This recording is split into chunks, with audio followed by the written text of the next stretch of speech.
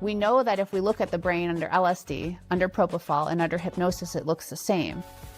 Every thought that we have creates a feeling in our body, creates a behavior, and that happens at the speed of thought. Yeah. If somebody's always going around, man, she's a real pain in my neck, you know what? Yeah. They're actually going to get a pain in their neck because they're breathing that into existence for so long. I might ask them, when did you decide to get this cancer? And they will know.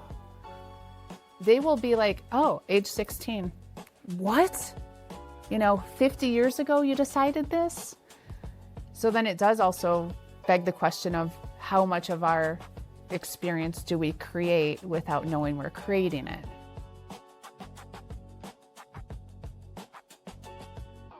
And we're live.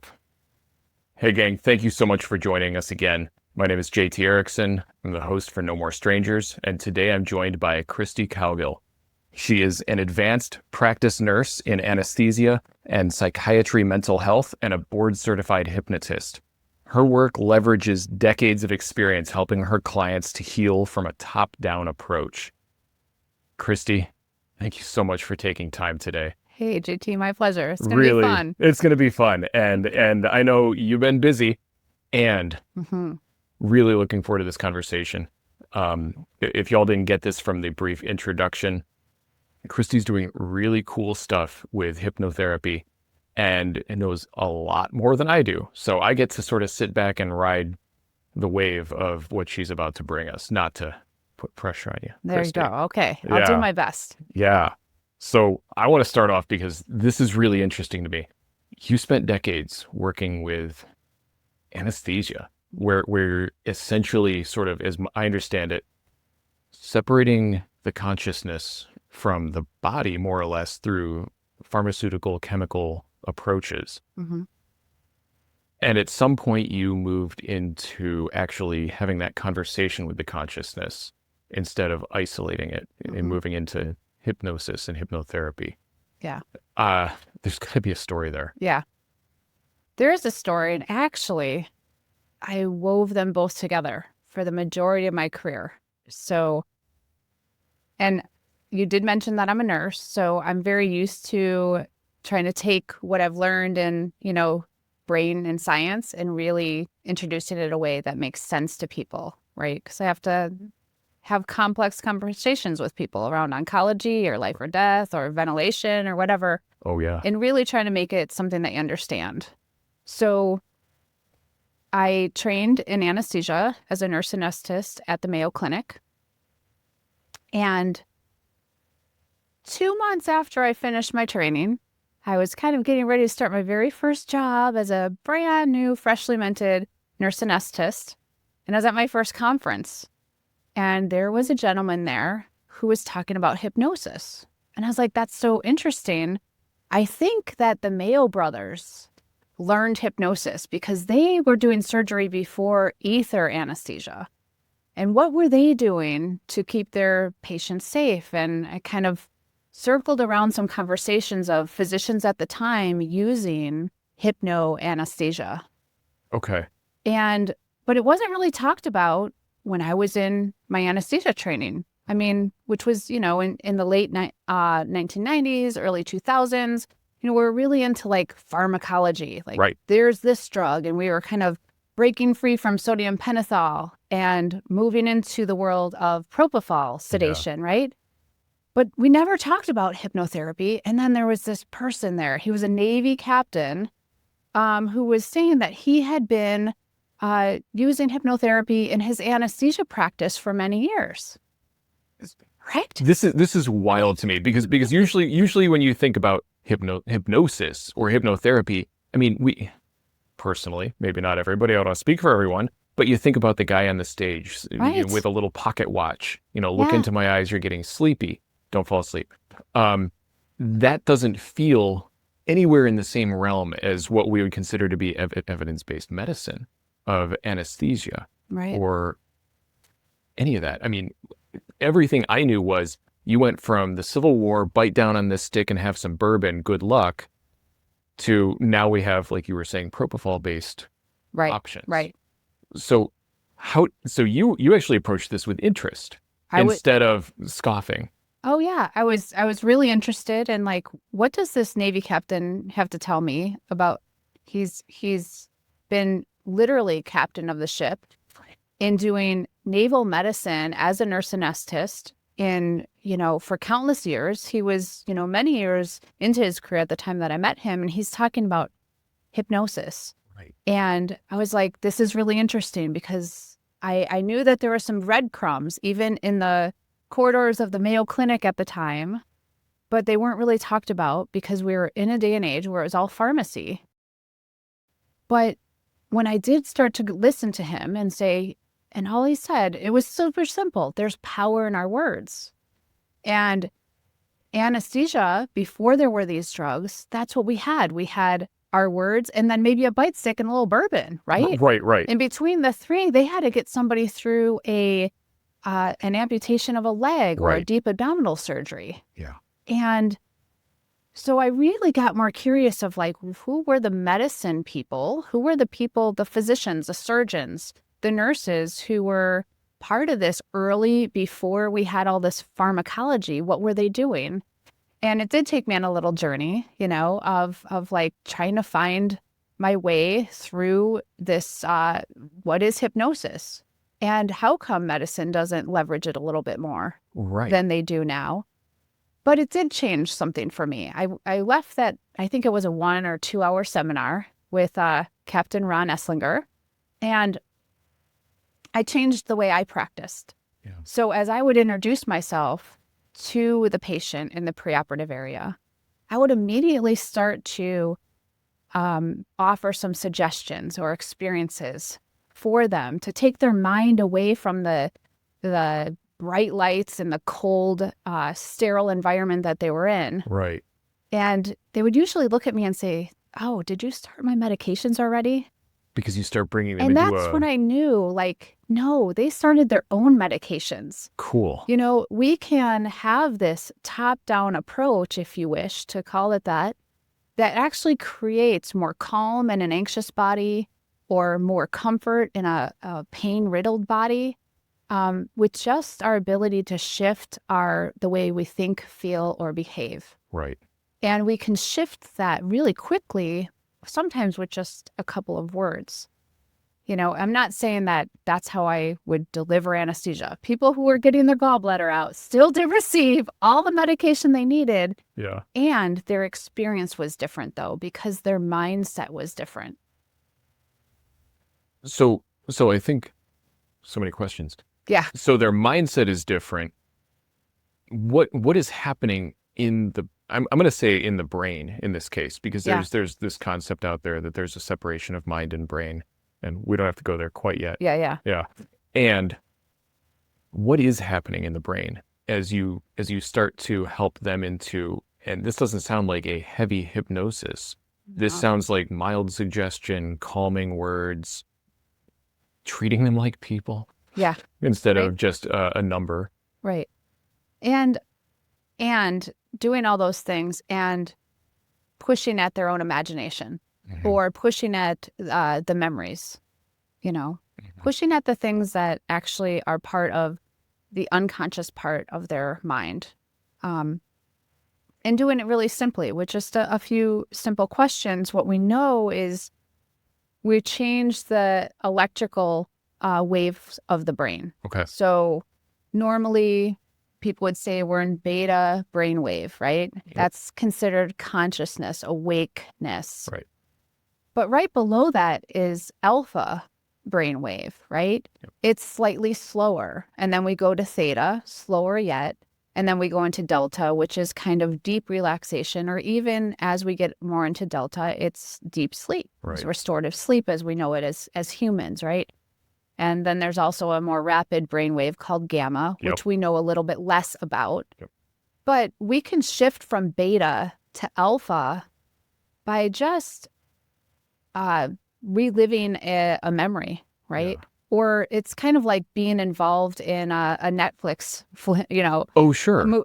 Show. You kind of get interested and your attention is there and everything else around you doesn't matter as much because you're just focused there. So it's that selective attention refocusing. That's alpha, right? And we can be there and still be very aware of everything that's going around us. We've just chosen to shift our awareness to something else. So when I'm talking about using hypnotherapy or using hypnosis in a quick, we're in the preoperative area, we have about 10 minutes and I want you to feel more calm. I am choosing the language to like, hey, you know what? You're going to take a ride on Anesthesia Airlines today. And you know what? Even if you're afraid of flying, we don't have to get on a plane, right? So if we were to go somewhere, where would you want to go? Would you go to a place you've been before? A new place? Or would you go to a place that's only there in your imagination, right? And just by that one question is asking the person to start to consider, where else would I be if because nobody wants to be in that cold, sterile environment. And that shifts them into an alpha brainwave already. And how do I know that that has shifted? Because generally, the eyes will start to blink just a little more slowly, right? Now you got me thinking about what I'm doing here. I know. Well, you are talking to a hypnotist. I know. I have concerns. Have no fear, right? Because the truth is, if I were to tell you or ask or suggest to you to do something that you didn't wish to do, you would not do it, and it would seem silly to you. So, I'm kidding. Yeah. But I think you are, and maybe there's part of you that's not, because that's a general way that people oh boy, I better be careful about what I do. Right. At what point is she going to take over my mind? That sounds extreme. And also, I think there is something there, and I think that's in every conversation. Yeah. And we were chatting a little earlier. If we go, I think maybe we go into this now. Like, you're leveraging hypnosis and hypnotherapy is one of the tools for you to help people move through these surgeries, etc. It's just another tool in your belt, but it's something that we all do every day, and it's having conversation. Yep. And it's helping people to move through things. So in a sense, anybody you talk to, you're going to be influencing each other, not just you as the hypnotist. Correct. Like, people in general, we are influencing each other with our words and the way that we're choosing to express ourselves at all times. Yeah. You, in your position, happen to be doing this, I think, maybe a little more intentionally than a lot of us do. And that's why I'm sort of watching how you're engaging now a little more intently than I might other guests, because I think you have a little more awareness in what your words do and how you choose them. And I think that's really interesting. Yeah. And I don't think that it's just, it's not, I wouldn't find it just in the literature of hypnosis, like Toltec wisdom, right? If you're Miguel Ruiz fan, right? Be impeccable with your word, right? Maya Angelou, I'm probably going to botch her quote, but they're going to remember how you make them feel. They won't remember what you do, but how do you make them feel? And words carry the power to harm or hurt or hinder or heal.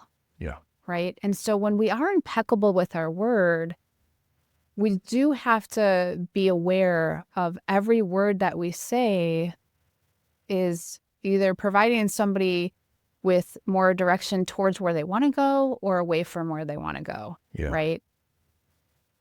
And that's where I think people misunderstand hypnosis at its best is a language tool. Right? And we're using that to help talk to the part of the brain that is the unconscious part, or some people call it the subconscious part, right? Yeah. And we use all of our mind, if you will, all of our brain. And some people have parsed that out, like you said. We could go down that rabbit hole, but if your listeners call it the mind or the brain, for purposes of this, it's one and the same, right? That we only use 10% of our brain. Have you heard that before? Or I've heard that before. Maybe 20%. And I would argue that we use 100% of our brain, but we're only aware of 10 or 20%, right? So it becomes that iceberg analogy, right? So we have all of the things that we've learned, all of the experiences that we've had, all of the feelings that we've had live. Where do they live? If I were to say, JT, recite the alphabet, Yep. you'd Yep. be I able to go right recite back. it, right? Yep. But where was that a moment ago? You didn't walk into this podcast and say, I hope she asked me that question because it's A, I B, gotta C, prep D. this and the little song that goes with it because that Yeah, helps. Yeah. right? But you were able to bring it up just like that because it was in that part of your mind that stores all of your learning, all of your memories, all of your beliefs, all of your values, all of your habits are there. So if you were to start to explore that, you could uncover a lot. So we use 100% of our, or we have the capacity to use 100% of our mind. Yeah. But that would be overwhelming to hold all of that in consciousness right now. Everything that we've learned. I hope she asked me the alphabet. How is my left foot feeling? How's my right foot feeling? Right? So just being able to use our language to help people access different parts of their own mind that are probably and likely their own medicine or their own truth or their own answer. Yeah. That's what I think hypnosis is. And right? there was something cool, and I wonder if this is part and parcel of what you're saying. And I even said it when you asked about the alphabet. I got the whole little song that you learn growing up in the United States, like A, B, C, D, E. And that brings up a whole other slew of memories. And all of a sudden, just that one question, that use of language to recall something that we should all know, brings back everything else with it. It's tied to so many other aspects of memory and cognition. Right. And that seems important, especially when you are trying to ask a patient, where would you like to go on Anesthesia Airlines? Yeah. I'm not going to stop saying that. It brings them to a place possibly of peace or happiness where they can relax and surrender a little bit of the control because they're gripping the sides of that bed, and it relaxes a little bit. And it's pulling in, hopefully you're inspiring them to consider a place that brings them there from their past. Right. Yeah, it's cool. Yeah. The mind is wild. And then they get to have that subjective experience. And it's a little bit of agency that you're giving back to the person, right? Because what I loved what you mentioned just now, JT, is that just reciting the alphabet brought back the lyrical way that we do that, and maybe some childhood memories of who taught me that and when did I learn it. And our mind, we can think at the speed of thought, and we can rattle through a bunch of different, then I was singing it in nursery school, or then I was teaching it to my own children. And so we can have this whole experience really quickly. And that then creates that whole thought, creates a feeling in our body, and it creates an emotion, or, creates our behavior. So if we're leading them towards something that's calm or safe or in control, then that's how the person is going to behave. And really, that's what hypnosis is aimed at. I'm going to help you change your thoughts, your feelings, or your behaviors, Which, and then that changes the way they engage with the world. In this case, we're discussing largely anesthesia, but I think this has broader ramifications. Oh, absolutely. The more you're able to control this, the more you can control your expression in the world, and then the way you engage with people, and it ripples out in potentially beautiful ways. Yeah. Sorry, I get excited about that whole concept. Right. I think it's really cool. And as I mentioned, that this is just one aspect of your toolkit as a nurse. And it's not always a well-received tool in your belt. And I'm curious about that.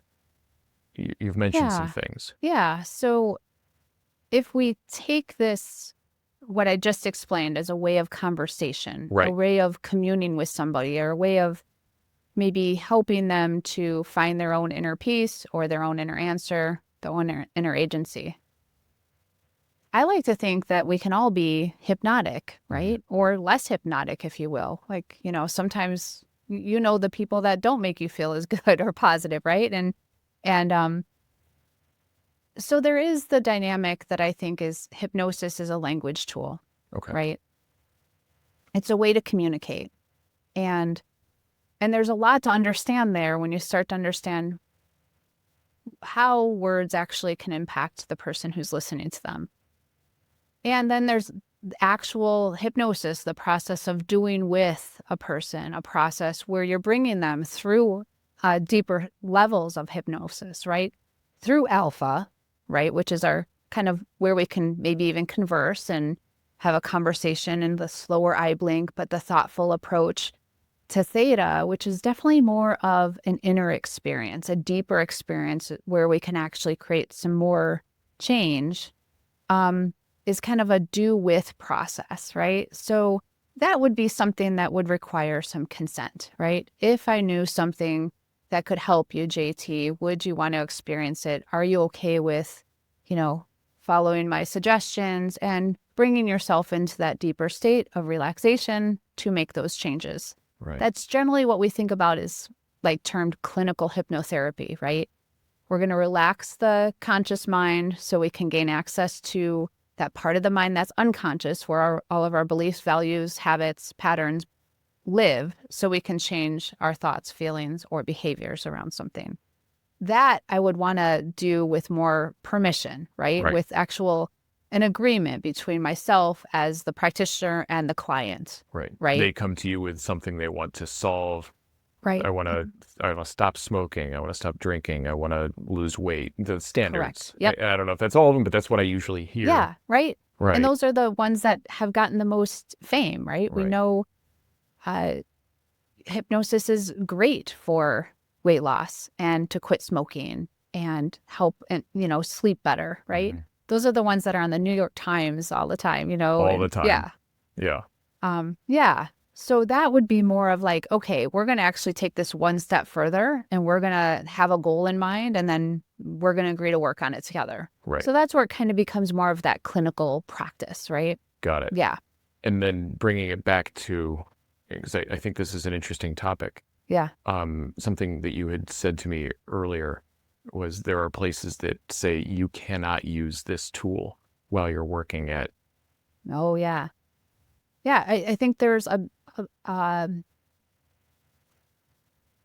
black mark on hypnosis. Right. Right, because it's an effective way to help change somebody's way of thought, mm-hmm. or way of feeling or way of behaving. So when we're not using it with volition, without permission, and without, with powerful tools comes powerful responsibility. And I just have to say that I think that there has been some misuse of that power in the past. Yes. And there's a perception that to engage in this tool is always to use it or misuse the power, right? Yeah. And it also may be at odds with some of our other goals in care, right? So I admitted that, my four mothers and fathers of anesthesia didn't have access to Propofol or Pentothal, right. They were maybe even pre-ether, and they had their words a bite stick and bourbon, right? Right. Yeah, I know. I love the imagery. So this is, right? This is where they had a powerful tool at their disposal because it was their only tool. Yeah. Right. And there's a lot of dollars to be made on making sure that healthcare is both efficient, mm-hmm. and may I say, like, using pharmacology. We're intricately linked to that role now. You go to a doctor to get a prescription for a pharmaceutical. We no longer go to a doctor to get recommendations for a mineral or an herb or a vitamin. We are literally going for an antibiotic for a drug. Right. And that is an industry in this country, right? And we have to recognize that. And so it's going to be hard for me as a hypnotist to compete with a hypnotic anesthetic that is in a bottle and is milky white, or to even convince a client or a patient to, hey, there might be a way to do this. Just mm-hmm. if we practice a couple times, rehearse this, you can get through that exam, that test, that procedure without any drugs. Right.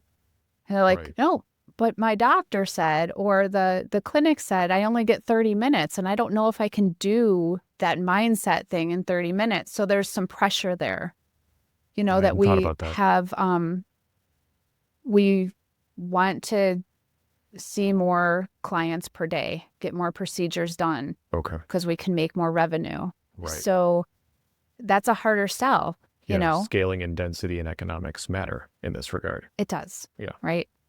And not to say I want to throw medicine to the curb, right? Because No. we definitely need it. Yeah. And I wouldn't want to go anywhere else if I had a broken leg. Mhm.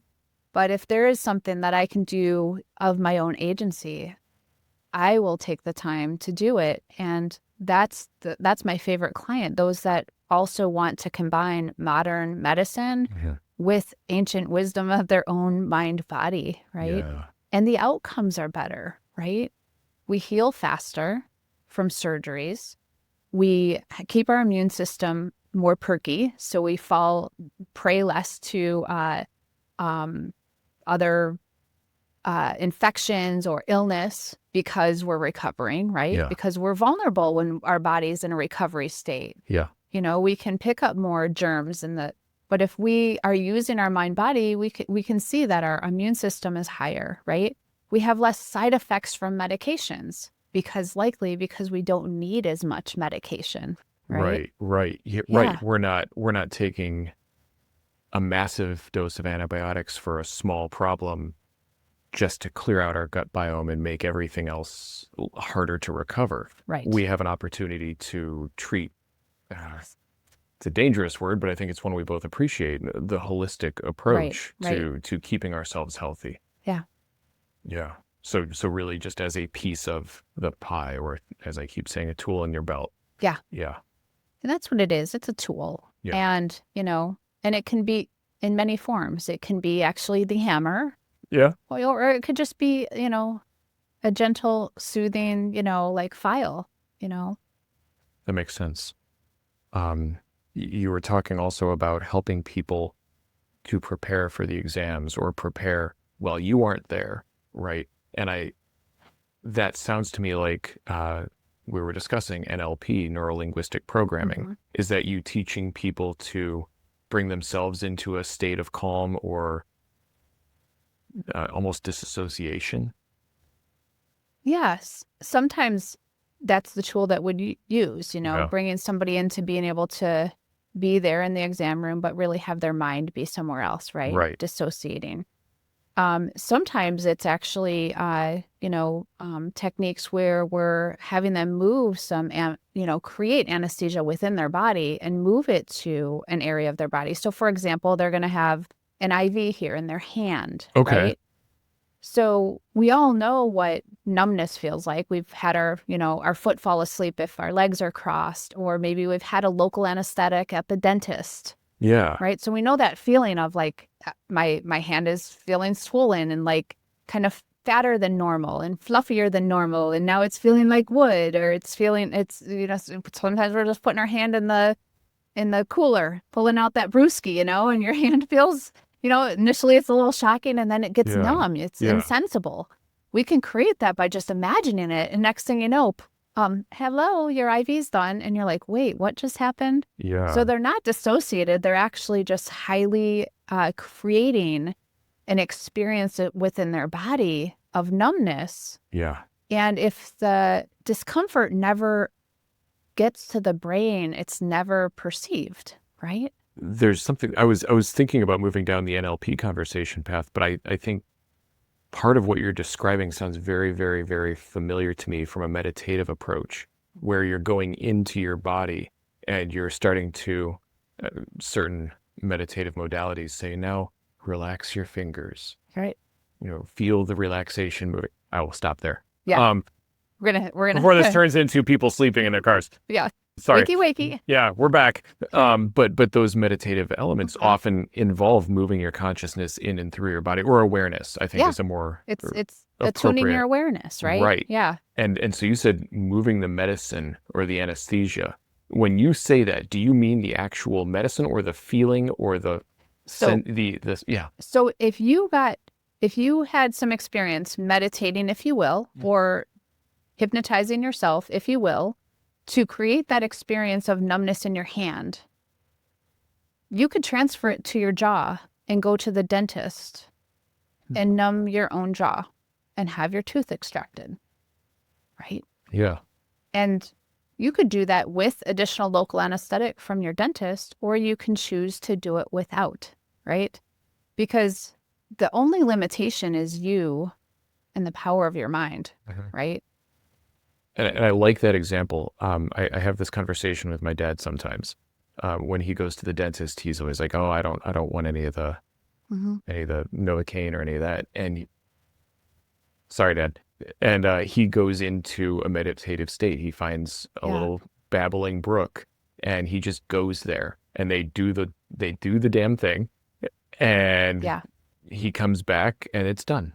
Yeah. And it sounds like gosh, this all seems tied together. Yeah. And oftentimes hypnosis, some of the more modern language that we hear in 2026, 2025, 26 is a hypnotist is a meditative coach or a motivational coach, right? Okay. Because coaching is a very acceptable term now. We use, It's everywhere. It's everywhere.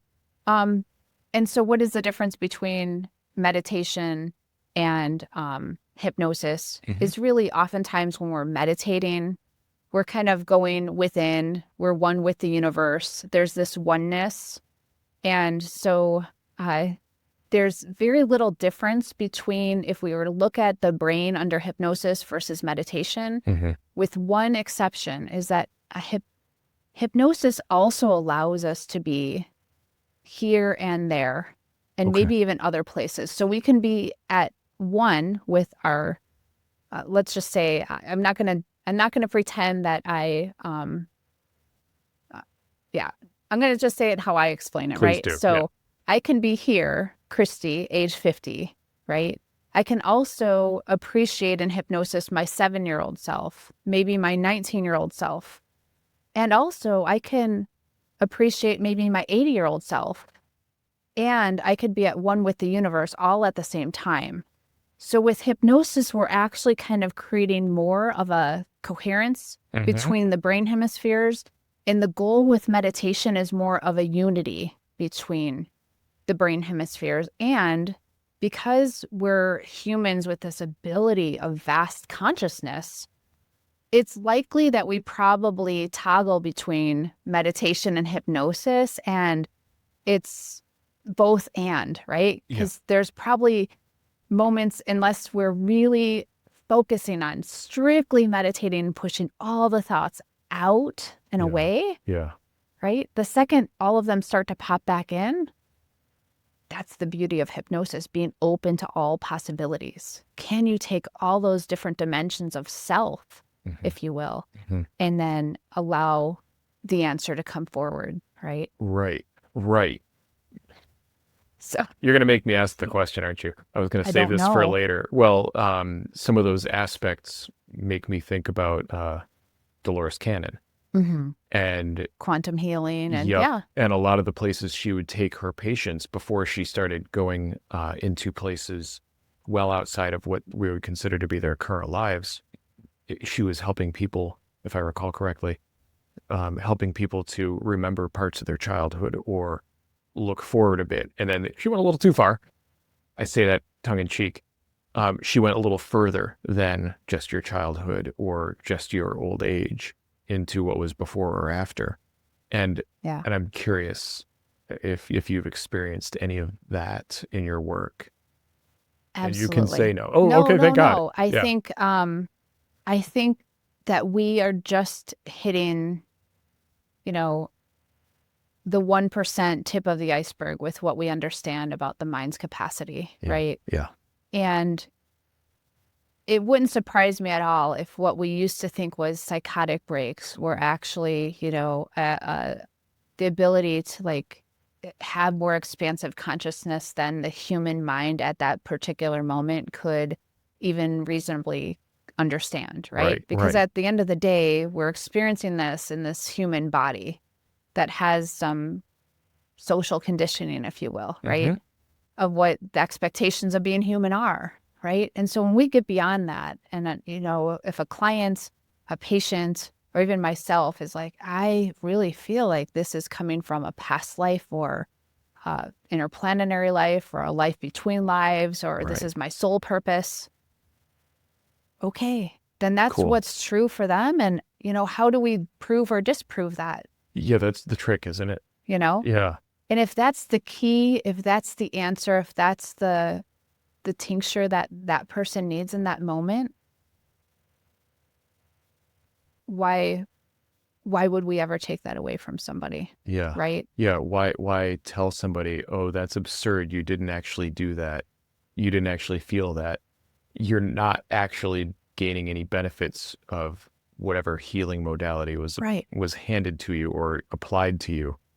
So go back and feel sick until you do it the right way. Right. What a wild idea. And What a terrible idea. And oftentimes, if somebody gets that download, if you will, or Right. that little piece of information, and it doesn't even make sense today in this moment, Mm-hmm. 2 weeks, 2 years, 20 years later, they're Yeah. like, you know what? It suddenly clicks. Some people will say we as humans, as man, has created time, right? And that little bit of information that we're getting in this moment could help us in the future. Yeah. I don't know, Yeah. Have I seen it in real time be something that is like hugely beneficial for that person and their symptoms go away for good, maybe? Mm-hmm. Absolutely. And just like sometimes I am giving a medication that's in a vial, right? Right. And I'm like, really? You're not feeling any pain anymore? It's just as magical when it's their own perception that has created that experience for them, right? Yeah. So then it does also beg the question of how much of our experience do we create without knowing we're creating it, right? And that is also an interesting question to ask people when their brain is relaxed. Right. If I'd be so bold to Please. say, there's times that if I have been working with somebody for a while and we have good rapport, I might ask them, when did you decide to get this cancer? And they will know. They will be like, oh, age 16. What? 50 years ago you decided this? And they'll know, like, it's that part of their mind, just like they know the alphabet, will Right. know the moment they decided to create that. Now, that's not everyone. I'm not saying that everyone has the ability to trust or access that part of their consciousness, Okay. right? Because there has to be that sort of trust that they've already have with themselves. Right. Because otherwise we have this conscious brain, the conscious part that even if somebody got the answer, they'd be like, that's silly. I got something, but that doesn't make sense. So they disregard it. Right. The strong suggestion there is that we are choosing to inflict ourselves with some of these things, like the cancers. Like, when did you decide to get this cancer? Oh, 50 years ago. How do you square that circle with some of what we believe or understand around the origins of some of these diseases that are everywhere? And that's such a fascinating idea, by the way, because we hear this. We hear this. Like, we hear it. We heal ourselves. We cause ourselves our own injuries. We have more control over our experience than we might give credit. And I had no idea this is where this conversation Me neither. would go. But when you said that, you blew my mind. When I stumbled upon this again, just with curiosity and use of words, and just like, hey, I'm just curious. Do you know when? And they come up with an answer. And then how do you hold that space? And I'm a well-credentialed and licensed professional, like in the medical space, and there's this information. And then what does one do with it? And the only thing to do with it was be like, wow, and tell me more about what was the situation like at age 16. Right. And their response, well, I'm at a loved one's deathbed, a loved one who I deeply admire, and she is a pillar of strength, and I've looked up to her. And the only obvious next curious question is, and so you've decided that you need to die like her. That's wild. And she's like, I guess, right? Yeah. And well, do you think that's what she'd want? No. Okay. So, and again, we're in a pretty relaxed brain state because it's not something that you can access from the beta brainwave, right? Because our logical, analytical mind gets us all messed up there, right? Yes. But when we can relax and be like, what is this information I'm getting? And how does this make sense to what I need to know now? What she took away from that conversation was, you know what? It was never the intention that I die like her. I'm supposed to live like her, right? And what a beautiful mind shift in what we call in, psychotherapy, reframing. She reframed her reality. Yeah. And by the way, her physicians who were surrounding her with her current cancer journey had basically told her, get your affairs in order. Like hospice is needed. Right. And she's years beyond that now. That's right? amazing. Yeah. And I don't think that a client has ever come back and said, oh, now that I'm feeling better, tell me why I was so messed up. They're just glad they have reframed it to a way to give them more possibility. Right. Right. And so in psychotherapy, we are trying to reframe people's thought processes all the time. And that's what we know is healing for them. If we can reframe their situation, thoughts have energy, right? They create our feelings, they create our behaviors. And over the long term, it's we're putting deposits in the way that we want to be. Yeah. And for this particular circumstance, it was putting more deposits in, I want to live. And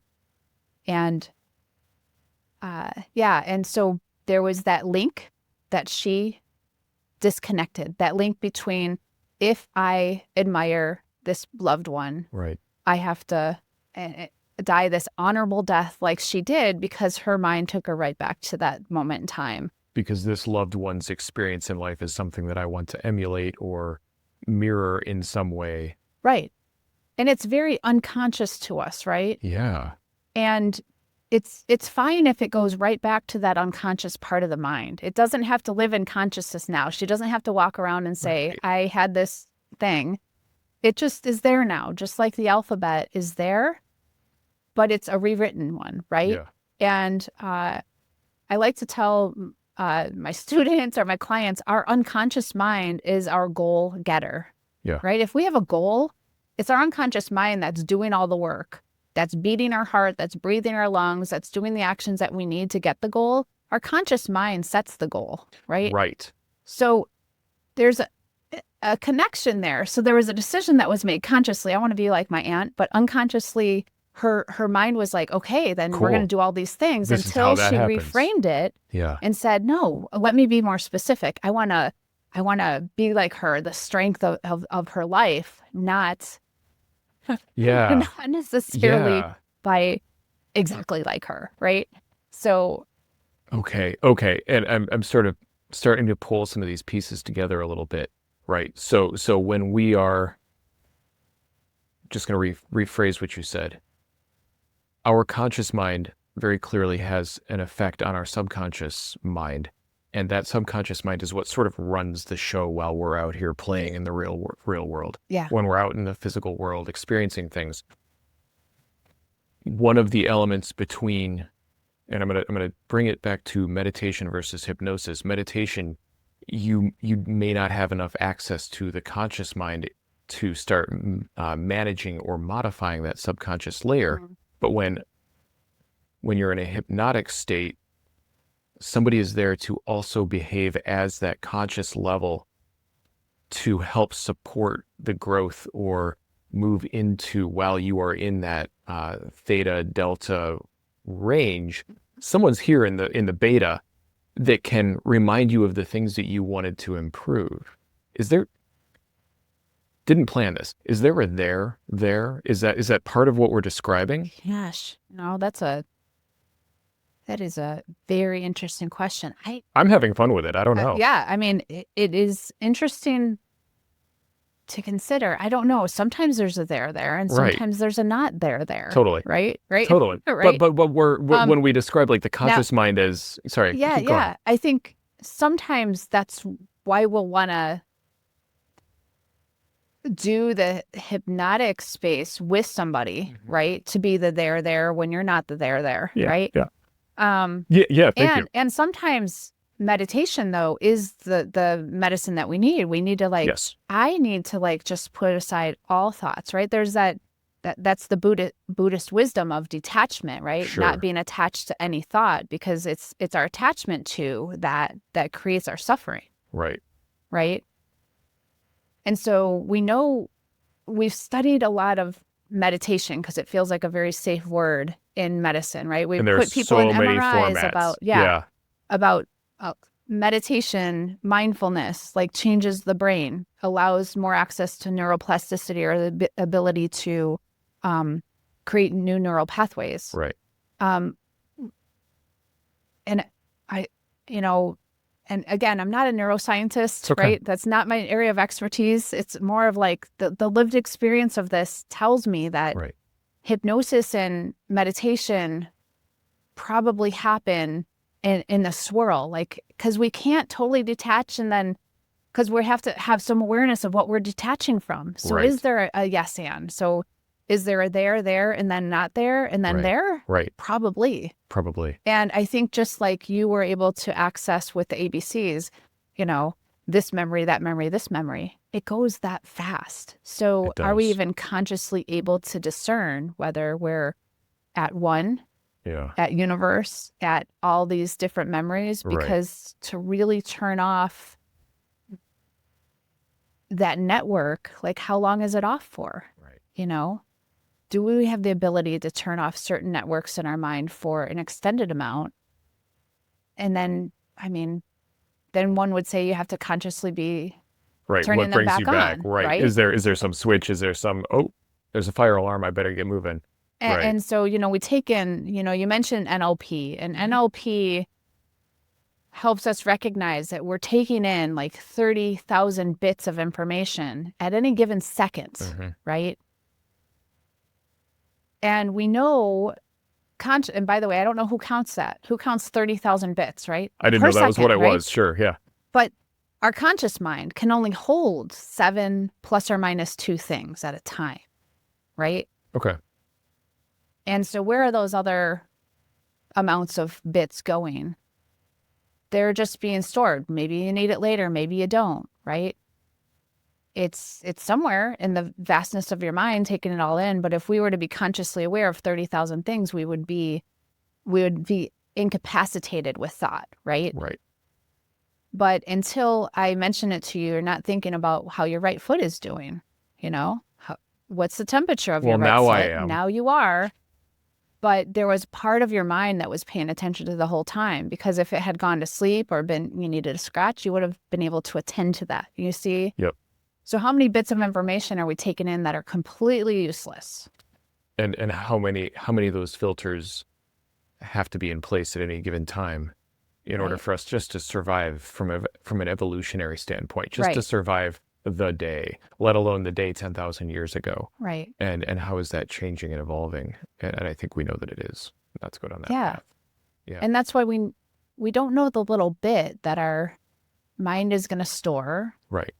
And, maybe creates peace or dis-peace for us, And sometimes even why we choose to notice a certain thing. Right. And then 30 years, 40 years later, like you were saying earlier, all of a sudden, this little thing that I picked up 30, 40 years ago is super relevant right now. Yeah. Why did my filters let that through? Yeah. Yeah. Or the ability to, you mentioned Dolores Cannon and some of the, what we're talking about in this realm of going back in time, thinking about childhood or past lives. Sometimes that feels way too woo for science at the moment, depending on what genre you're talking to, right? Totally. And do we not do future progression all the time, right? I think we do. Yeah, if we're going to prepare for a job interview. Have you met right? anybody with anxiety ever? Oh, yeah, right? Yeah, exactly. Because it's in the future, right? Right. Yeah. But on the positive note, like we're going to rehearse for a job interview. Yes. Oh, I think they might ask this. What am I going to say? We might rehearse for a first date, you know? We just had the Winter Olympics. All of those great athletes are closing their eyes and they're visualizing themselves making those downhill slaloms and hitting the flag here. And you can even see their eyes closed and their little body is twitching because they're like making this flag, right? Right. What are they doing? They're doing a future of themselves rehearsal. I guarantee you they're not in their mind, oh, there I crashed. Oh, game over. Yeah. No, they are visualizing their success, So we have the ability to also have our mind project forward, right? Right. And that is a recipe to undoing much of our anxiety, right? Yes. Controlling which version of that, because so many people say, oh, it's going to be the hardest thing I've ever done. I don't know if I can do it. And you have all the, I think it's called negative self-talk. Yeah. Along those lines. And you were talking about reframing, and I think you can reframe your projected expectation. Exactly. And hypnosis could be as simple as one question. They ask your friend, but what if it went well?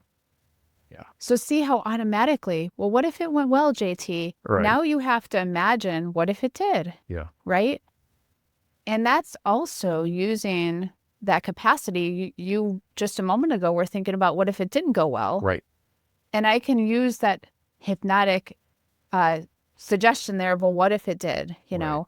And again, this is a very common therapeutic use of language, right? And most of my colleagues who do psychotherapy or counseling they would say, oh, I don't do hypnosis. And I would be like, well, are you sure? Are you sure, right? Because the second you're asking your client to imagine success, when they were just thinking they didn't have it, first of all, you're reframing, you're asking a powerful question for them to try it on. And if they pause for a moment, even just a split second, and just consider that, and that they're in hypnosis when they do that, and they look maybe up, and maybe then they look down to consider how they're thinking. Now, this is NLP strategy, right? Right. So we know, let me imagine what it would look like. And, I'm going to look down and now I know what it would feel like. Right? Okay. So I know that you asked about NLP. I did. And I was going to say, let's take this beat since we're moving in this direction. Can you explain what NLP is? Yeah. So hypnosis has been around forever and ever. And it was named in about the 1800s. It was first named neurohypnosis, or it was named hypnosis. And then they renamed it neurohypnosis. And then they're like, forget it, we'll go back to hypnosis. We didn't like the Greek gods. Hypnosis out. Right, yeah. And in the 1980s, Bandler and Grinder were at University of Santa Cruz, California. And they were really interested in study of excellence. Like who in the field of therapy were getting remarkable results. Okay. And so they set out to kind of study what were these therapists doing that were allowing their clients such great success in getting their goals obtained, right? And they studied Milton Erickson, who was in Phoenix, Arizona at the time, psychiatrist, MD, medical practitioner, using hypnotherapy. That was his main tool that he would use. And Erickson was a very eccentric kind of guy, but sounds awesome. Had a great capacity to challenge people in a way that was just genuine and loving and a little bit off, Yeah. And he would get remarkable results, right? Okay. And Virginia Satir, family therapist at the time, was also getting great rave reviews by the couples that she'd have in therapy, right? That she had another unique formula. So Grinder and Bandler, and I'm kind of like distilling this down to the aspects that, I find fascinating, kind of set out to study these two individuals and to really kind of document like what was it that they were doing so that they could create kind of an algorithm, right? One of them was a computer programmer. So that's where this programming, neuro, meaning the nervous system, linguistic, our language, because I mentioned like our words have power. Like, so how does language impact our nervous system? And how can we kind of write the program to understand how this is all packaged together so we can get great results? Right. One was doing hypnotherapy. One was using kind of meta model language, like, tell me more. What specifically do you mean? Right. How specifically does he piss you off? Right. Yeah. And two very different approaches. And they kind of went to study these two. So when they started to publish this and started to kind of talk about language a little bit more. And then they started to look at, and now we're seeing when somebody's talking, their eyes are going a certain way. So maybe there's something to where our eyes are accessing information in our brain, if you will, right? Mm-hmm. They just started to really kind of theorize all this, put it together. And then I started to go out and talk to more and more people about it. NLP, I think it had its peak, around 1990. Okay.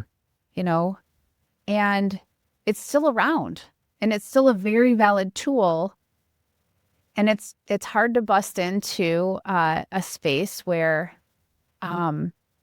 it's not always replicatable, right? Right. And I think it's the same with hypnosis. It's not always replicatable because your experiences of your life and your coding and programming of your life are going to be very different even than that of a sibling who was brought up in the same household, right? So there's a predisposition based on experience. Yeah. And it's your filters. Yes. Like what is your, what is your impression of what you just experienced? How does that make you feel? Right. Right. And we're all so different that with the subjectivity and the nature of hypnotherapy or even NLP, it's hard to like put everyone in a lab and we're going to do the same thing. And, if even with my example of Anesthesia Airlines, I used that for 20 years.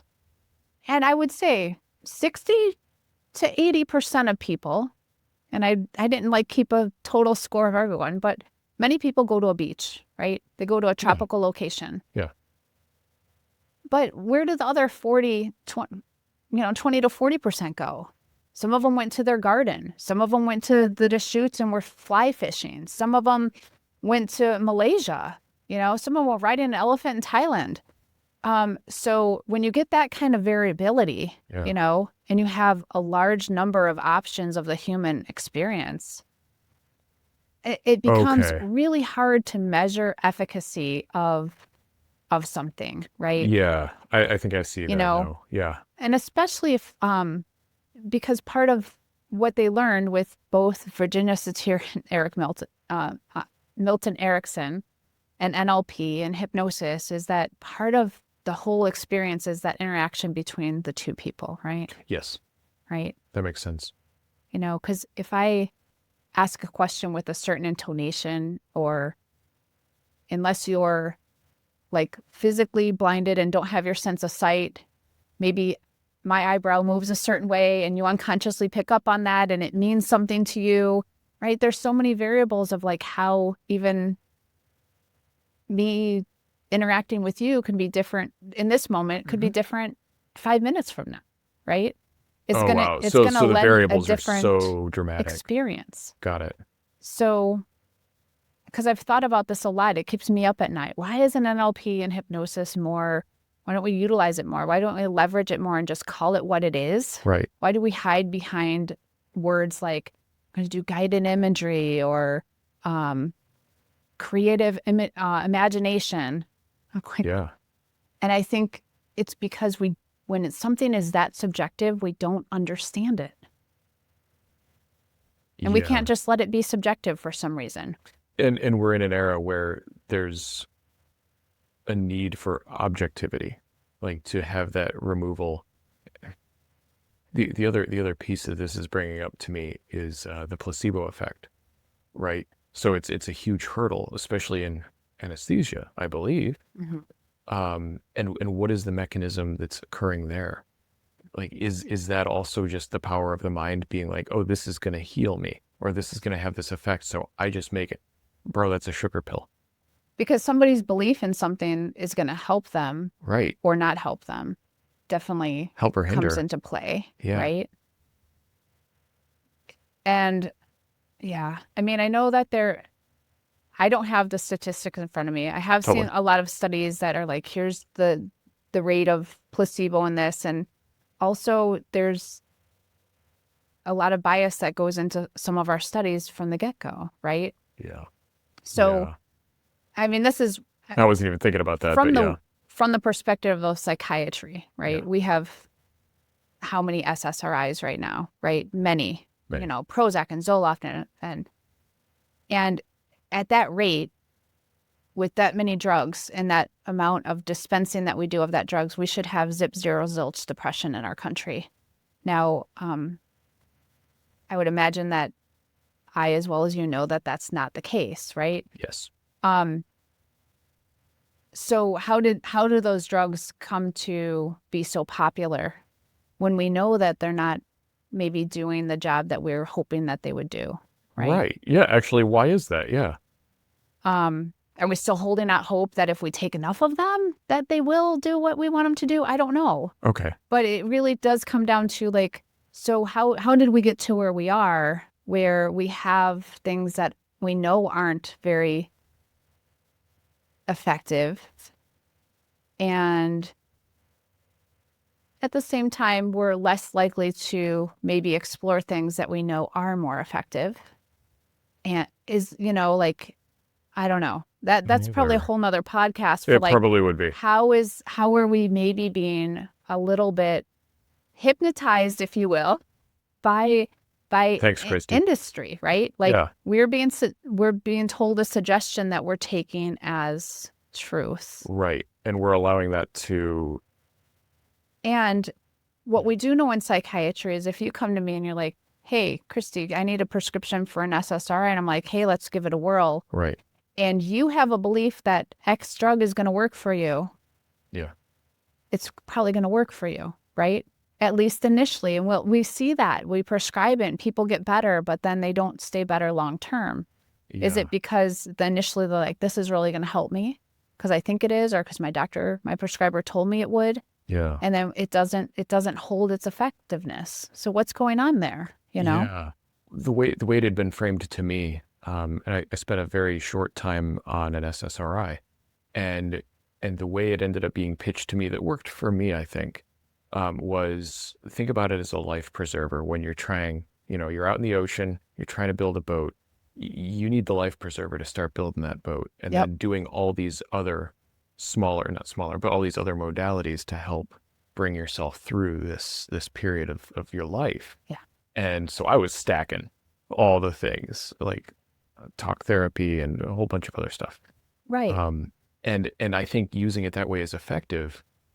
And I know people who are totally happy to be max dose of something for the rest of their lives, and that's working for them. Yeah. And I think that's more, it leans back into the subjective rather than the objective. And I think we've embraced it in that regard. Or maybe we haven't. Maybe I'm a snowflake. No. But it feels like there's still that massive subjectivity. Yeah. I love how you said it's a life preserver. So you were doing pills and skills. Yes. Right. Props to Wes. You got me on that.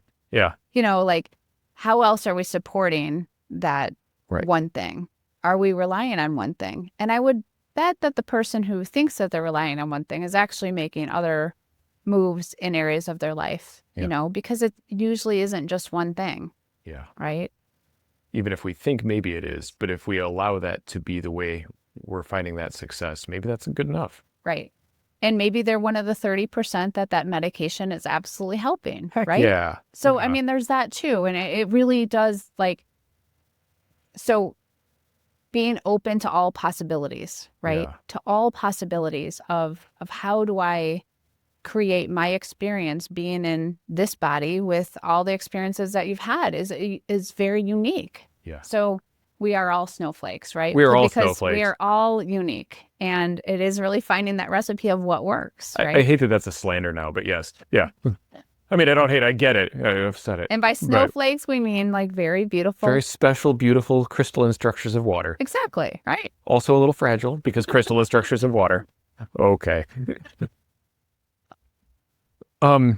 Something we've been talking about is the ways that some of these things, propofol, hypnosis, you know where I'm going, even psychotropics or LSD, I think, these things affect the brains in fairly similar ways. Right.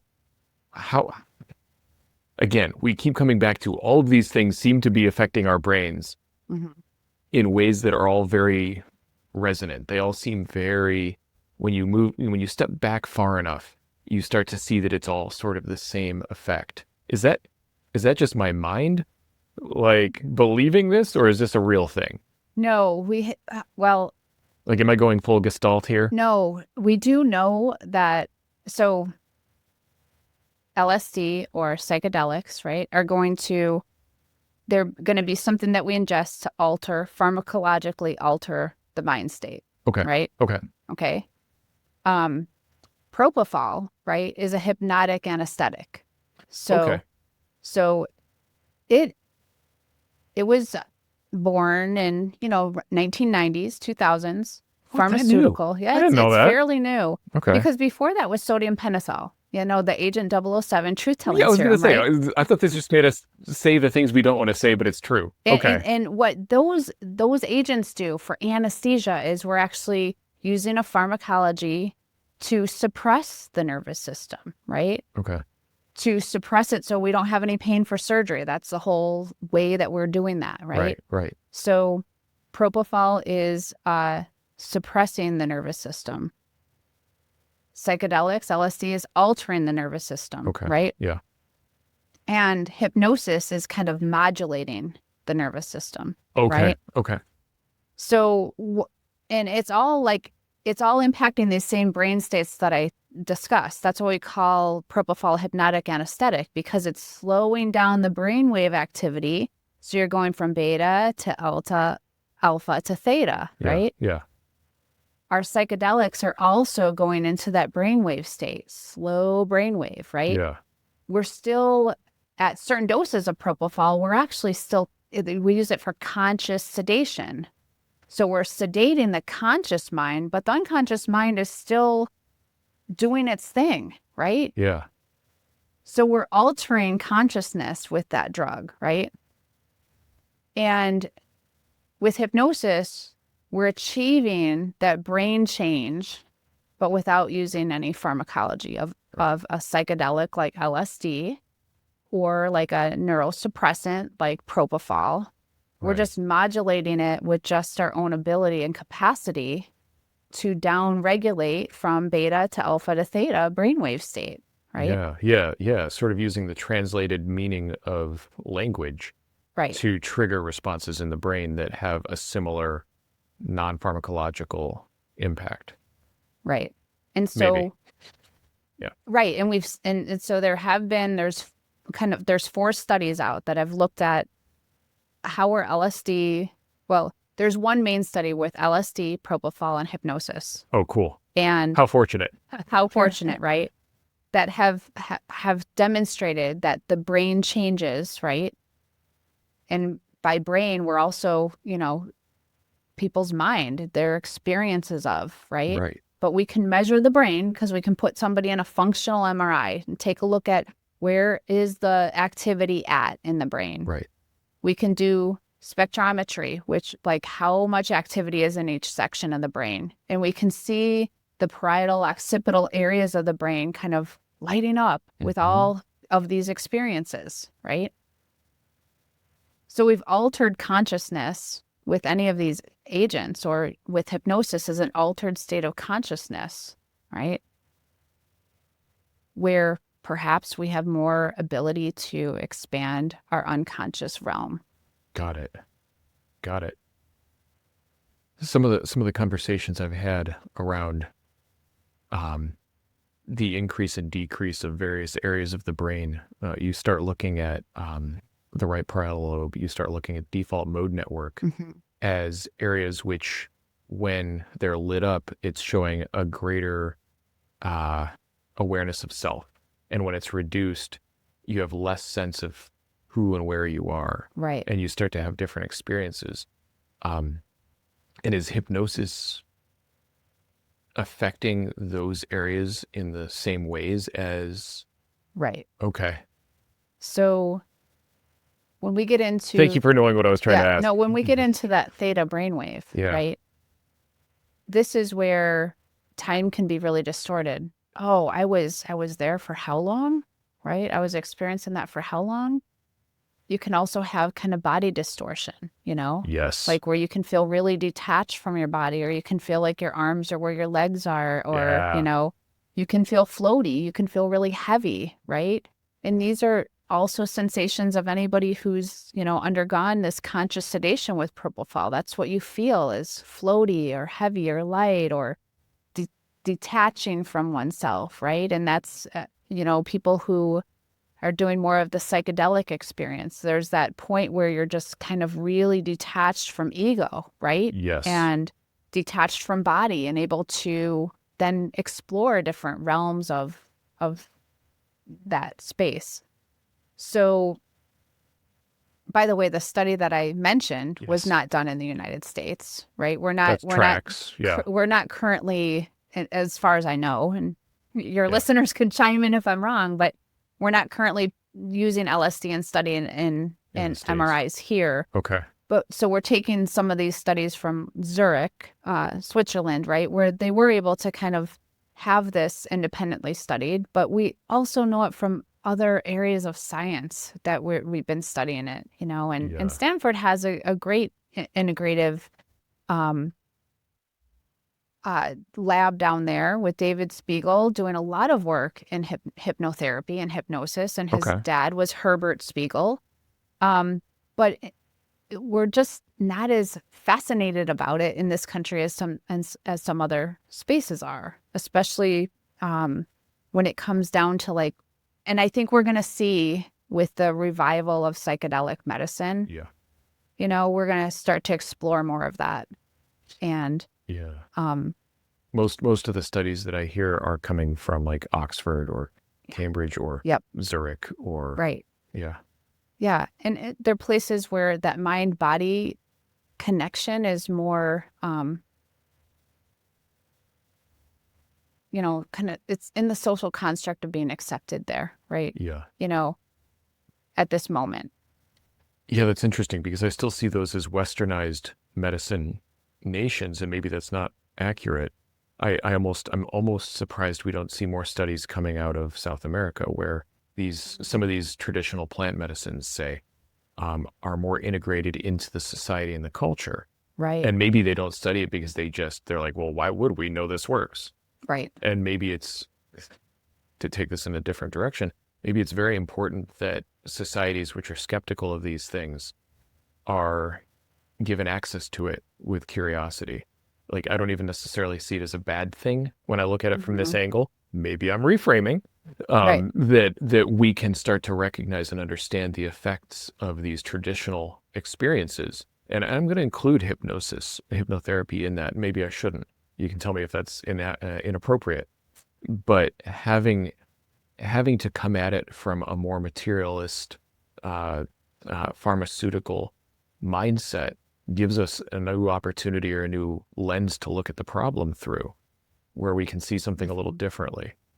And this is me anti-demonizing various industries. Yeah. It's interesting. Look, I've been talking to a lot of people about reframing lately. So I'm working on it. No, I think, so if we were to take a plant medicine, right? Yeah. Currently in its form, right? We can't market it as a pharmaceutical. Right. We have to add something to it, right? And so when we're starting to like, you know, South America and cultures that are using more plant-based, peyote or ayahuasca. And again, I'm not your psychedelic expert, Right. No, but that's okay. we can't bring it to the US and get FDA approval because we haven't added something to it to make it we haven't pharmacalized it, right? Pharmacalized. Yeah. I don't know if that's the right word. I like it. I right? get it. It makes sense. I'm going out on a limb here, right? Yeah. We need to add something to it in order to Patent it? Yeah, right. Did I say the quiet part out loud? I'm sorry. Patented or like, and so that makes it really interesting that we because you can't, just like we can't, hormones are another area that are of huge interest. Biological hormones, right? How can we help women through menopause or men through changes in life and adding more or less hormones because we know that's effective. Right. And yet we know that it's those cash hold the pay code because it's not FDA approved because if we you know what I mean? I didn't know right? that wasn't insurance covered. That's wild. It's not insurance covered because you can't. It's the most effective therapy I've heard for perimenopause and menopause. To it in order for it to be a pharmaceutical. That's what I'm looking for. Yeah. Right. And again, this is, I've been trained in the United States in psychiatry, like how to write prescriptions and neuroscience and do this. But I am always very curious, lead with curiosity. And why would we exclude these other things that are more natural or plant-based or biologics? Yeah. Why wouldn't we do that? And then it comes down to, okay, I get it. Yeah. Then we're not. And so the urge to drag us down into that conversation. No. I want to drag us into those waters too. I think we can be more productive, right? Right. And I think that's not my area of expertise, but I see it, and it's just like, do these cults, are they onto something? Sure. And it's very sacred part of their culture too. And for good reason. Us as the color of my skin, that's not my cultural heritage, right? And that's not a plant that my ancestors have worked with. Right. We don't have that sort of prolonged wisdom. And I'm like, but you know what? The breath is very accessible. I was born with it. All of us were.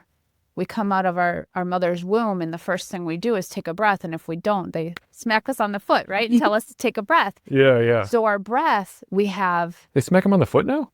Or their fanny, right? Okay, I don't know. I was thinking like, bam. Yeah, got you. Sorry. But we can access these different realms of our consciousness through the breath, right? Yes. And that's accessible to everyone. Yeah. And that allows you to get into those deeper altered levels of brain state faster, right? So you've done some breath work then. It's wild. Yeah. Well, you say but I know a lot of people who've never even heard of it. Yeah. Breath work is a way to, Stan Groff. Yep. Holotropic breath work, right? Where did he get his roots was like, how can we create an LSD-like experience from the use of our breath? That's why I'm so fascinated by, so LSD, psychedelic that, we've banished really for the last 70 years, 50 years, I don't know when. No, you're probably right. And but yet there was this undercurrent of like, but there's something there, right? There's something there that really helps people to access a deeper level of their own understanding. Yeah. Right? And when Stan Groff started studying, well, maybe we can get to that, accessing that part with just our breath. Well, if we're just using our breath, then where are we going? We're going into a hypnotic trance. Got right? It. Yeah. Yep. We're all of a sudden we're down regulating our nervous system with the breath, perhaps changing the pH of our blood, right? Yeah. Additionally, because we're breathing differently. So we're breathing off more of our CO2. And then we're creating an ability for our mind to have more expansiveness and more access to default network. And Got it. So I've experienced breath work. I've also experienced, just hypnosis with not adding a lot of integrated breath. Sure. And the space feels the same. Oh, really? Okay. And, the more you practice, you can get there. Yeah. Whether you're doing it with breath work, without. And okay, so this might be something that's important, right? So we talked about the conscious mind. Yes. 10%, but we're using our whole mind, right? Because there's a part of our mind we're not paying attention to. It was your right foot, but it's also your heart is beating and your lungs are breathing for you. And they've been doing that this whole time, right? Yep. So when you're consciously aware of the breath, you're creating a bridge between the conscious mind and the unconscious mind. Okay. By just taking conscious control of, I'm going to breathe in. On the exhale, I'm going to let it go, right? For 1 breath or 2 breaths or 3, you are consciously taking over something that your body is going to do automatically once you stop thinking about it, once you stop directing your attention there. Yeah. Yeah. Yeah. So that in and of itself becomes that bridge between that part of your mind that is the analytical, logical, to accessing all your beliefs, values, habits, patterns, everything that's in the unconscious part, right? Which includes all of that. So if, all of your memories, right? So hypnosis is always going to start with take a deep breath in and let it out. All that you're doing is letting your mind know, I'm going to consciously take control over for a second, but you're going to take your breath is still going to breathe for you. Right. But like you said, it's building that bridge between the conscious and unconscious or subconscious. And then when we start doing more of the integrated breath work or, and keeping that sustained for a while, what are we doing? We're actually keeping the conscious mind busy, right? So we're continuing to breathe out, breathe in, breathe out. While our unconscious mind is having a trippy time, it's going wherever it needs to go to heal, right? And so we can do that by ingesting a psychedelic, if you will, right? So you can use psilocybin to allow you to get there. You can use Propofol if you're under anesthesia. Don't use it outside of that. Yeah, I was like, that sounds bold. Okay. But there's that moment where people are like, oh my gosh, this feels so amazing when they're going under anesthesia, right? Okay. Or you could just use your breath and you could still get there, right? Because all that you're doing then that's that hypnotic space. That's that theta brainwave. So maybe, we started this conversation with, we know that if we look at the brain under LSD, under Propofol, and under hypnosis, it looks the same. Right. So if you want a strictly holistic approach with no plant medicine, with no pharmaceuticals, right? Use your breath. Yeah. Right? You use the power of your mind to just continue to go down, slow it down, however you get there. Yeah. And there you are. I always feel like exactly that state is opening yourself up to noticing.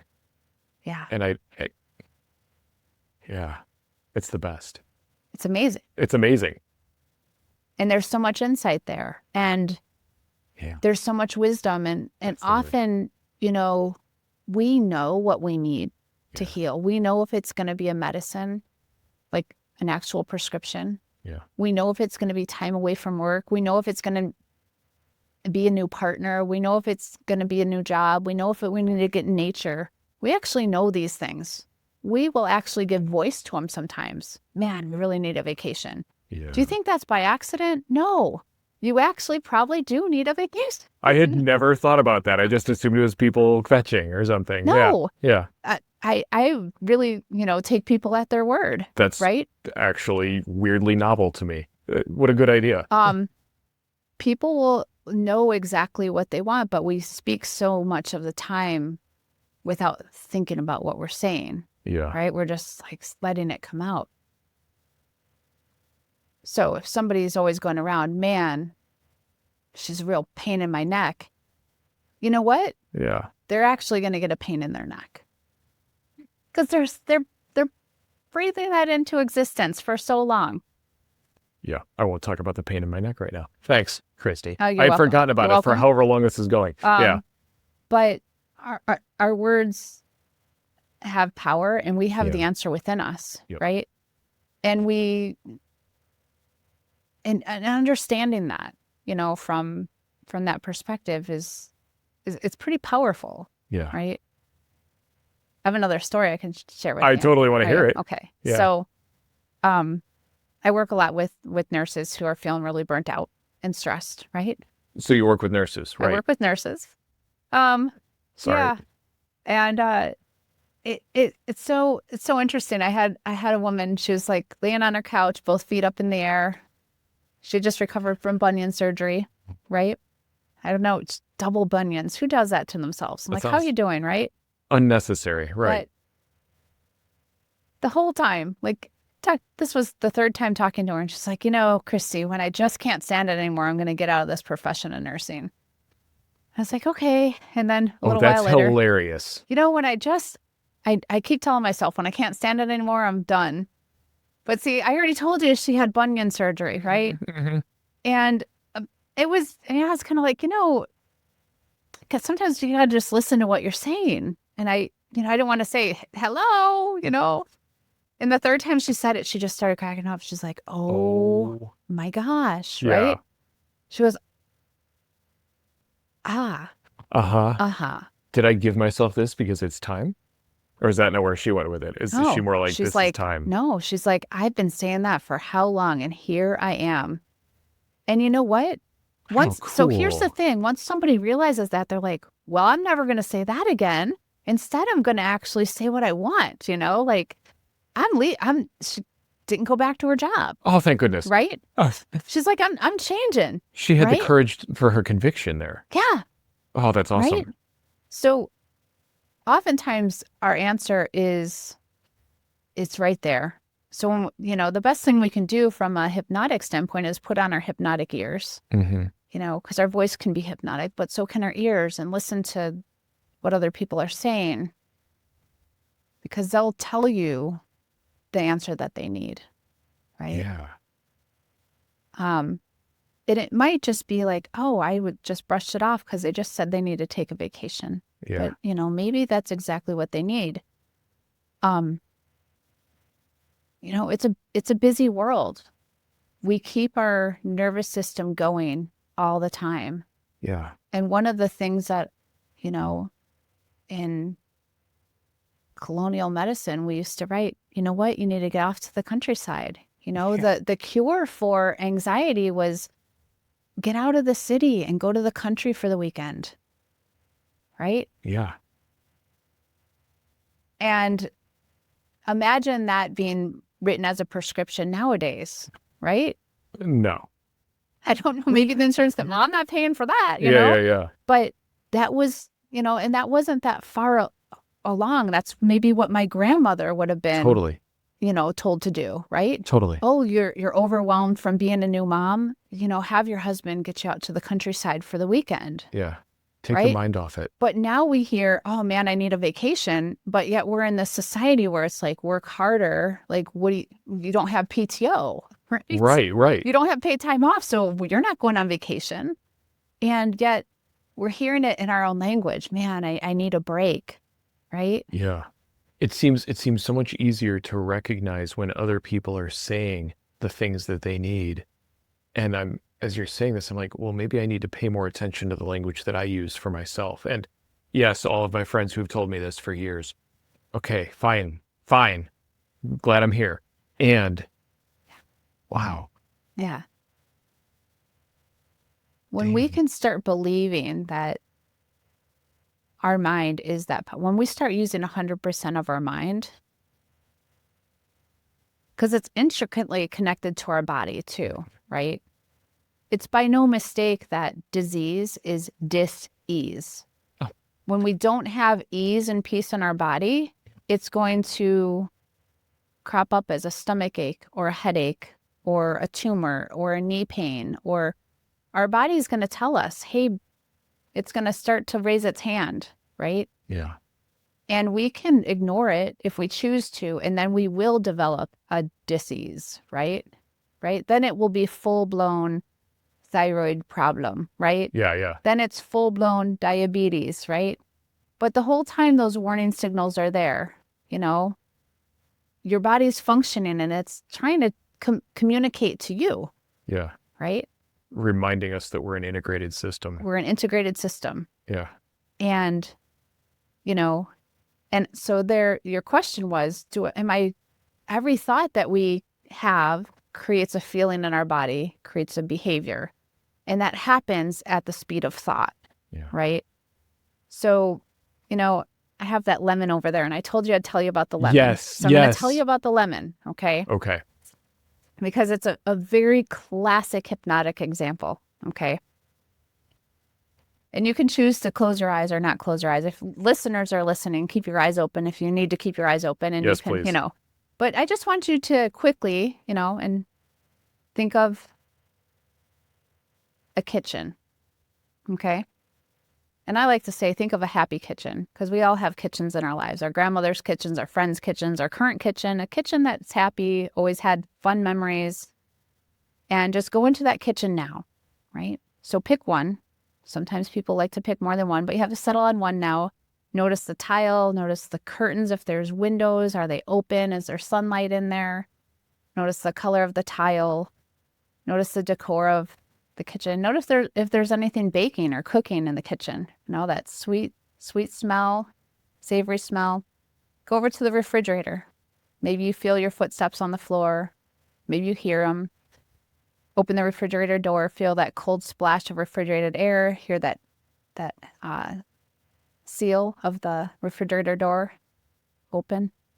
And today, normally, even if there's not normally one there's a lemon in your refrigerator. Maybe you don't know how it got there, but there's a lemon, a big, bright yellow lemon, and just take it out, hold it in your hand, feel the waxy skin, the little dimples on its skin, give it a little squeeze, see if you can tell how fresh or juicy it is.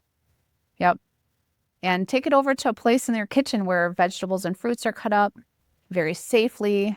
Take a knife and just slice it in half, and slice it in half again, and then stow away the knife safely. And just notice you have 4 pieces of lemon now, right, in that area. Notice if there's any lemon juice pooling on that cutting board or whatever you have below. And just take one of those wedges of lemon and see if you can smell it. See if you can get a sense of smelling how fresh that lemon is. And just because you are a curious person, just open your mouth and take a big bite of that lemon and allow that lemon juice to go over your teeth, your tongue, and just swallow that lemon juice up. Yeah? And then when you're done with that experience, you can, if your eyes have been closed, you can open them. And I'm so curious if you got a sense of a lemon in your kitchen. Absolutely. Yeah. Oh, absolutely. Uh-huh. And I'm pretty close to you, so I was able to see, some twitching of your mouth and some swallowing. So I wondered if you caught the swallow. Yep. did you get a little bit more saliva in your mouth did. at the time? Yep. Yeah. Little And- salivary response. Yeah. Yeah. But yet you did not actually have a lemon, That's right. right? So that thought of a lemon created an instant biological response in your body. Just the thought of a lemon. Yeah. But you had a lot of other things going on too, did you not? Oh, absolutely. The whole kitchen and deciding which one. How many did you go to before you decided? Oh, like 6 or 7. Yeah. 6 or 7. Yep. Right? That's pretty cool. And you weren't thinking of those 6 or 7 kitchens, when we started this conversation. Nor was I thinking of my right foot, like however long. Yeah. Right? Yeah. So you were able to pull in all these different memories. Were they all happy kitchens? I had to get rid of a couple. Okay. Yeah. So you were able to discern, Yes, okay, absolutely. that one, she said happy. That one's not happy. I'm Right. not going to pick that one. And you landed in a kitchen. Had it been a long time since you've been in the kitchen you decided upon? Probably a little over a year and a half. A year and a half ago. Yeah. In that kitchen. That's pretty cool. Yeah. Anything going on in that kitchen? Were there anything cooking or baking or? Oh, for sure. I was making rice, and there was Oh. there were a couple of older Mexican ladies in there, and we were. Oh yeah, it was a good old time. Oh my gosh. Oh yeah. Isn't that cool how much detail you got, right? Yeah. From, you had 6 or 7, oh my gosh, did we say 6, 7? Yeah. Yeah. Memories.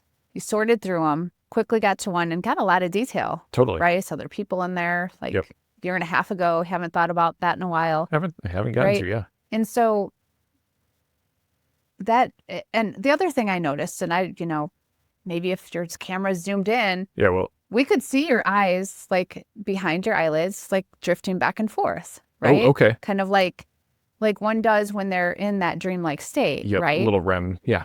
Little REM action going on. Yeah, right? Yeah. Which is kind of cool that I could see that. And it was very obvious behind your eyelids, right? Yeah, I don't hide things very well. Yeah. Yeah.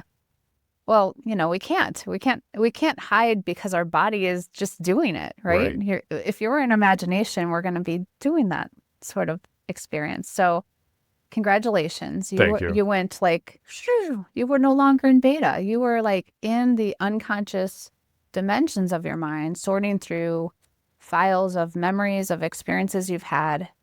And also you created this image of a lemon that was so real in your mind that your body just had no choice but to start salivating and to swallow and to maybe even smell, have a sense of smell of something that wasn't there. Yeah. And that's that's kind of the classic like lemon experience example that is like the easiest and most tangible thing for me to help people understand what is hypnosis and how is it different from our very awake state, because you were obviously not asleep. No. Right? You were able to nod, and when I asked you questions, you were able to, it was like we're still engaged in a conversation, but you were just so absorbed in that moment, right? And that's always fun. Isn't it fun? I always love it. Yeah. Yeah. Yeah. Yeah. Yeah. Yeah. Christy, this has been really cool. I know, right? I love this conversation. I wholeheartedly love this conversation. I had no idea where it was going to go, but this has been fun. I'm so glad we were introduced. Yeah. Thank you so much. Everybody, thank you for joining today. This has been just a rare treat.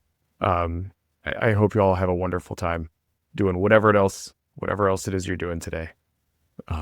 Christy, thank you Awesome. again. I appreciate you. Thank you. You're welcome. Yeah. All right, gang. That's it for today's episode. A huge thank you to Christy Cowgill for taking time to sit down with me. She made time for me and provided an amazing and beautiful space for us to sit down, and my gratitude for this conversation is so hard to overstate. Also, a quick shout out to my friend Sam for introducing us. She has been an incredible supporter of what I'm doing and keeps showing up in ways that, look, Sam, thank you. You're an absolute blessing. And of course, thanks to Team NMS, Anna the Wild Orazan, and Emily Rivers. The show wouldn't exist the way that it does without the two of you. Getting to do this show is one of the most incredible aspects of my life, and I'm so glad that you're on this journey with me. If you enjoyed today's conversation, don't forget to subscribe, rate, and comment on the show wherever you are. And please share us with a friend. It really helps us grow and bring on even more incredible guests like Christy Cowgill. You can also follow along on Instagram at No More Strangers Podcast to keep the conversation going. Lastly, thank you again for tuning in. And until next time, take care, keep exploring, and as always, I hope that you now have one less stranger in your life.